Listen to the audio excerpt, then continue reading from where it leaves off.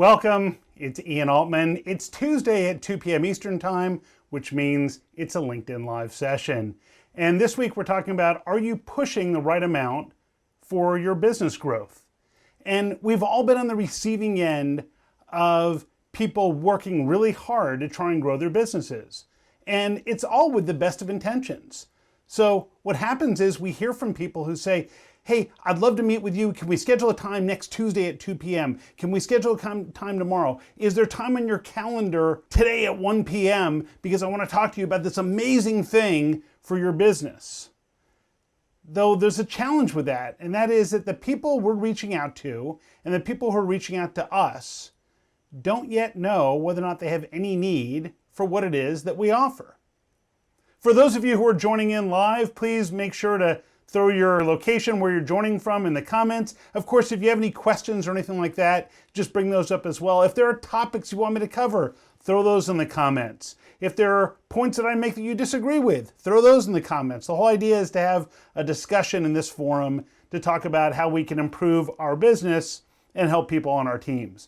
So one of the things that we have to think about is this notion, once again, of how hard are we pushing for business? Now, there's a fine line to balance between sitting back, eating bonbons on the couch and doing nothing, and calling people so often that it becomes offensive. In fact, there's an episode in one of Gary Vaynerchuk's programs where there's another person in the sales world who was bragging to Gary about how one of their people had an injunction filed against them because of how belligerent they were in pursuing business.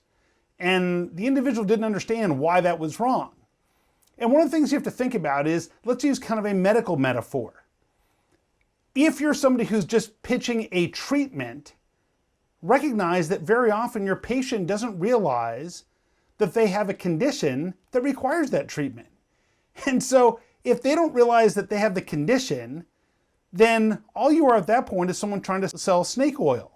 Because let's face it, it'd be like someone saying to you, oh, listen, we have the best, absolute the best treatment for tennis elbow.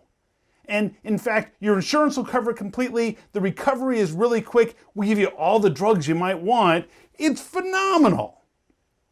Only the problem is you're talking to people who don't necessarily believe that they have tennis elbow.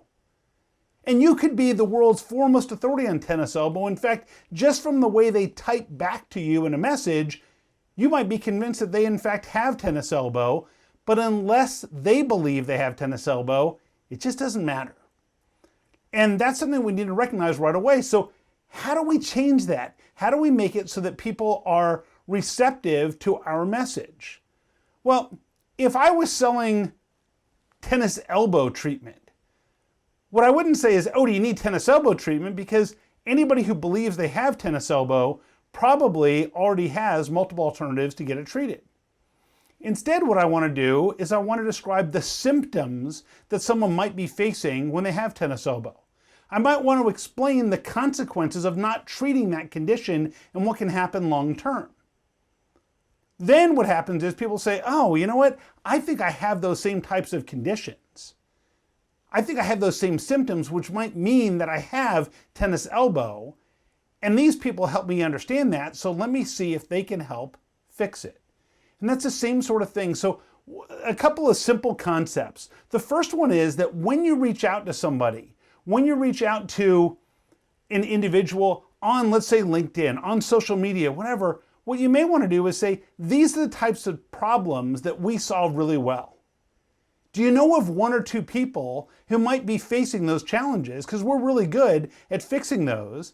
I just don't know if your organization or other organizations are facing those problems. And if you do have those challenges, I'd love to talk to you to see if we can help.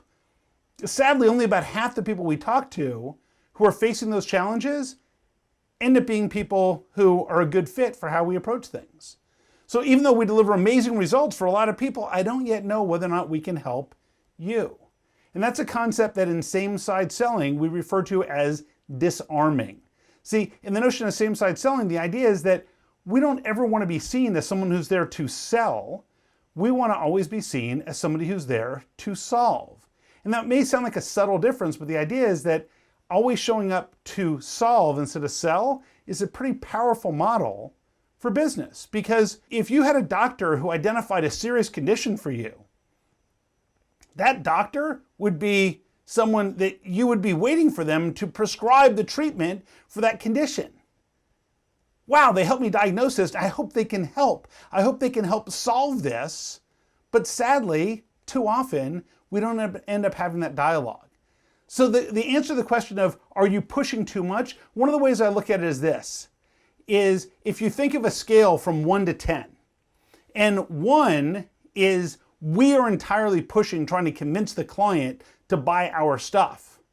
And 10 is our client is convincing us they have a problem worth solving and is hopeful that we have a treatment for that problem.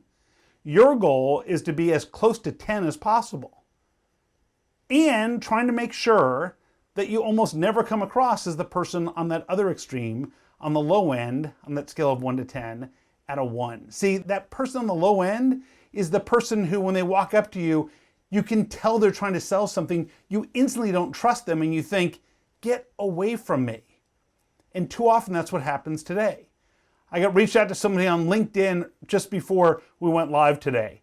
And the person said, oh, I'd love to talk to you about our services. See, we have a whole sales organization and we help people on how you can craft your message and how you can reach out in a sales environment because we know that people like you are uncomfortable having sales conversations. And you would think that once they saw same-side selling, that they might conclude that I wouldn't be a good person to reach out to, but they don't care. They just keep firing shotgun blasts, hoping they're going to hit something. And guess what? What do you think my impression is of their organization? If I had a client who needed their services, do you think I'd recommend them? Not a chance in the world. So what we have to think about again is, are we someone who's showing up as someone who's there to sell or someone who's there to solve? Because rest assured, if you show up as someone who is there to sell, you're usually not going to sell very well at all. And if instead you show up as someone who's there to solve, then you might actually have a better result of that. Now, how do you figure that out? Well, we actually developed a scorecard at SameSideSellingAcademy.com. And if you go there on the homepage, you'll be able to access the scorecard. You just click on the link and it asks a series of questions and then it gives you a scorecard performance back that says how well is your team operating from the same side versus operating in opposition to others. And of course, we're going to publish the results of this. This isn't a secret. It's not some convoluted marketing scheme. It's just, we want to know where people fall, and then we'll be able to give people a perspective that says, look, 85% of the people were in this category, in this range, in that range, on a variety of different topics. It takes about 5 minutes tops to complete this scorecard, and I hope you'll join me there. So feel free to make any comments you have in this post under this video on things you agree with or disagree with, and of course, always reach out with any questions you have or topics you'd like me to cover. So have an amazing week, add value, and grow revenue in a way everybody can embrace, especially your customer. See you next week.